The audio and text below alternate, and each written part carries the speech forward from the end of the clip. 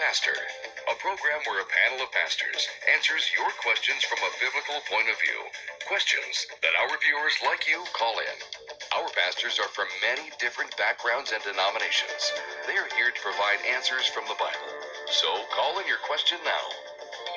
If you prefer, email us at ask@tct.tv so that our panel can answer your question today on the program.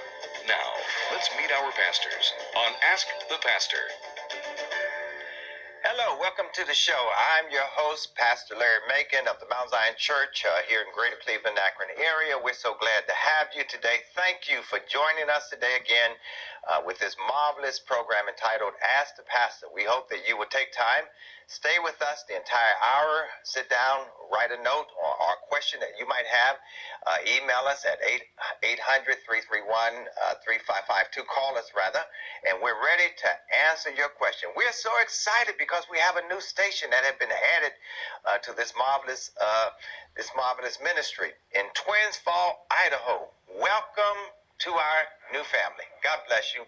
We have a group of pastors here today, and I'm going to introduce those who are with us. We have, first of all, Pastor Tony Pugh. Glad to have you, Pastor Pugh. Great pastor. And also we have with us today Bishop M.L. Rogers is back by popular demand, and he's ready to hear and answer your question. And of course, we have with us a good friend, Pastor Samuel Hampton II. Glad to have you, and thank you for giving us that time today, Pastor Hampton. We also have with us a good friend, Pastor Ronald Turner, and he is one of the most proficient pastors even in the state of Ohio. We're grateful to have him. And of course, our good friend, Pastor Eddie Harris. Welcome back to the show, Pastor Harris. We're looking forward to hearing from you even today. Well, we're going to go right into the questions. And again, if you have a question, make sure that you email us, make sure you text us, make sure you call us and give us that question that you might have been dealing with for some time now. We have a question regarding the period of tribulation. And Ann is calling us from Nevada. Thank you for calling us, Ann.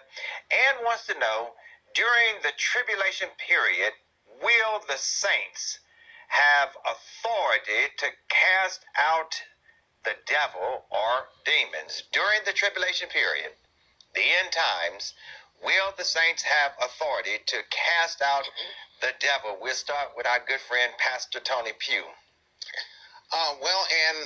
It is a very interesting question, and it's very difficult. The tribulation period is a designated time in which God is going to pour out his wrath upon those who are in rebellion to him and all of his enemies. I can't really say whether you'll have power to cast out the devil during that time, but I can tell you, and you've got power to cast him out now. Luke 10:19 says, "Behold, I give unto you power over all the power of the enemy."